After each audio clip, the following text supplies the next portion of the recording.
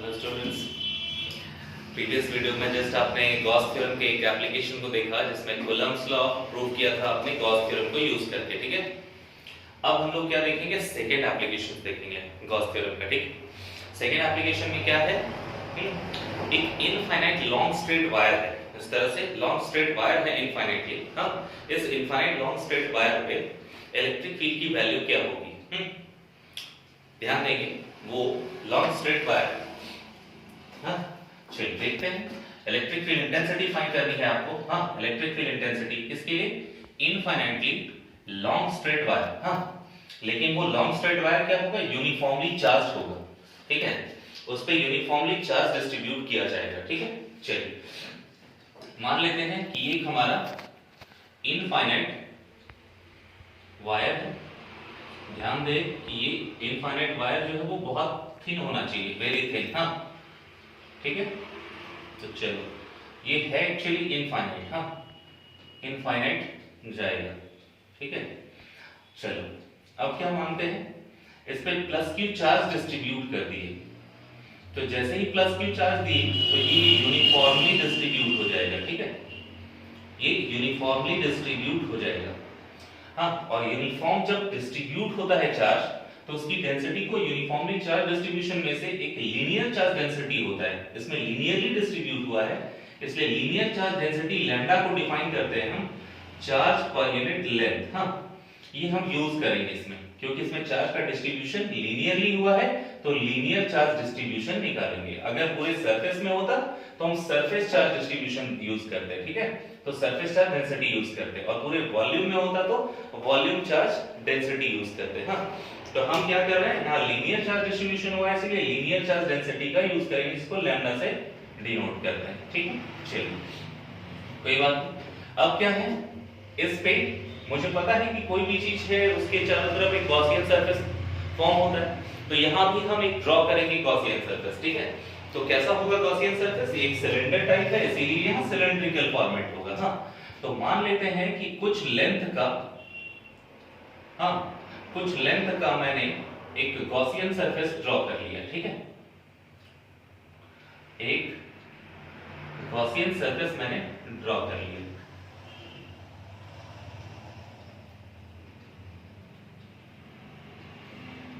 ठीक है, ये गॉसियन सरफेस मैंने ड्रॉ किया। तो इस गॉसियन सरफेस का जो डिस्टेंस है वो मान लेते हैं, इसका रेडियस r है, जिसके डायरेक्शन को दिखाना है तो यूनिट वेक्टर r से दिखा सकते हैं, है ना। चलिए ठीक है, अब इसका टोटल एरिया, इसको एक्चुअली नाम क्या दे रहे हैं हम, गॉसियन सरफेस। हाँ, इसका नाम क्या दे रहे हैं, गॉसियन सरफेस। ठीक है, गॉसियन सरफेस। ठीक है, जिसको टोटली S बोले, पूरे सरफेस का इस गॉसियन सरफेस जो माने हैं उसका लेंथ भी मान लेते हैं, इस साइड में इस साइड ले लेते हैं, है ना। इसका लेंथ मान लेते हैं वो L है। ठीक है, इसका लेंथ कितना है, L है। ठीक है, अब इसके छोटे से पोर्शन को मानते हैं, पूरा बड़ा सा गॉसियन सरफेस का एक छोटा सा एरिया मानते हैं। ठीक है, इसके एरिया को मैंने बोला ds।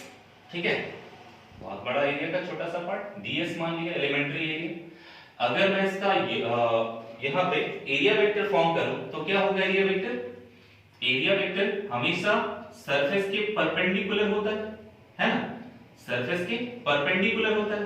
तो ये हुआ हमारा एरिया वेक्टर ds वेक्टर में, और इलेक्ट्रिक फील्ड क्या है, चार्ज सोर्स से जस्ट आउटसाइड जाएगा, पॉजिटिव है तो ये हमारा इलेक्ट्रिक फील्ड हुआ।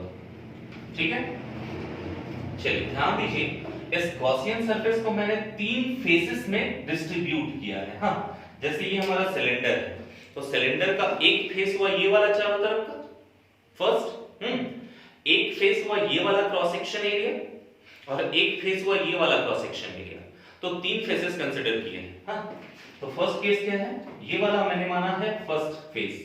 ठीक है, ये वाले एरिया को, ये सेकंड फेस मैंने माना इस एरिया को, नीचे वाला। ठीक है, इसको मैंने सेकंड मान लिया। और ये वाला जो सरफेस है ये चारों तरफ, इसको मैंने मान लिया थर्ड सरफेस, ये वाला मेरा थर्ड सरफेस हुआ, ठीक है।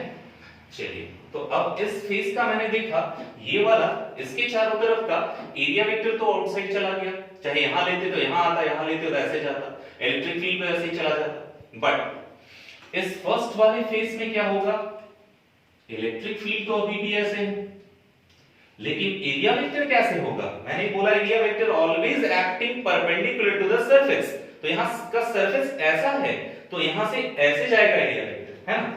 तो यानी एरिया वेक्टर ये हमारा ऐसे हुआ, ये वाला अगर यहां छोटा सा एरिया लेते ds लेते तो एरिया वेक्टर ds ऐसा हो जाता, ठीक है।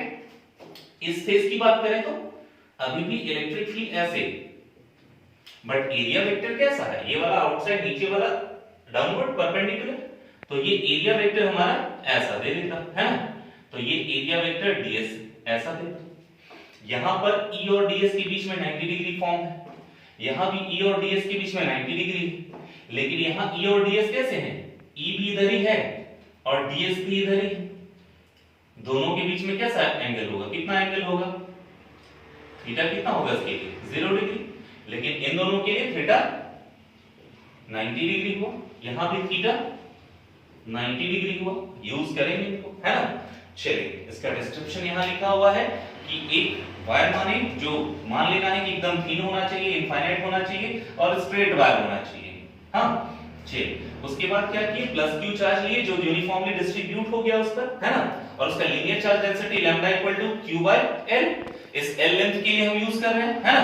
चलिए, एक गॉसियन सरफेस ड्रॉ किए, उसका रेडियस r मान लिए और लेंथ l मान लिए, है ना।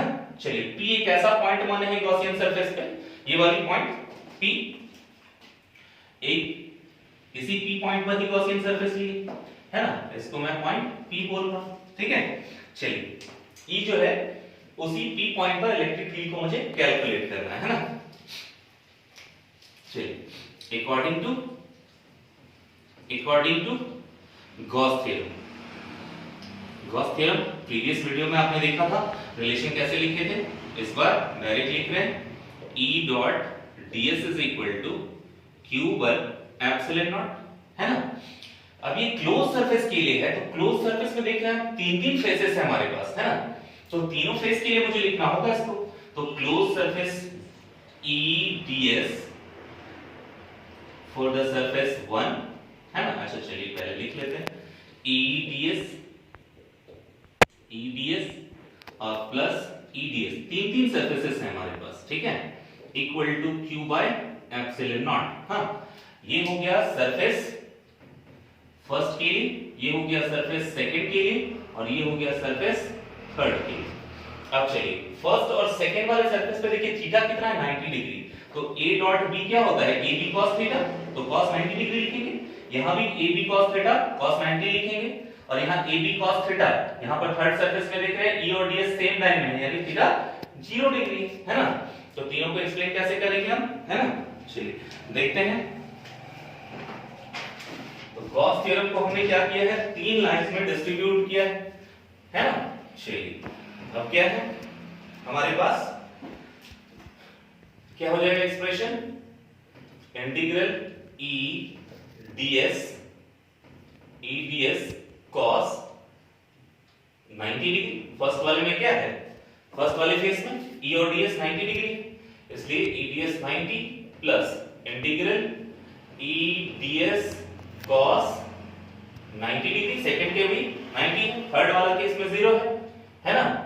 तो इंटीग्रल EDS cos 0 डिग्री, है ना, ठीक है, और इक्वल टू क्या था, इक्वल टू क्या था, q बाय एप्सिलॉन नॉट, है ना।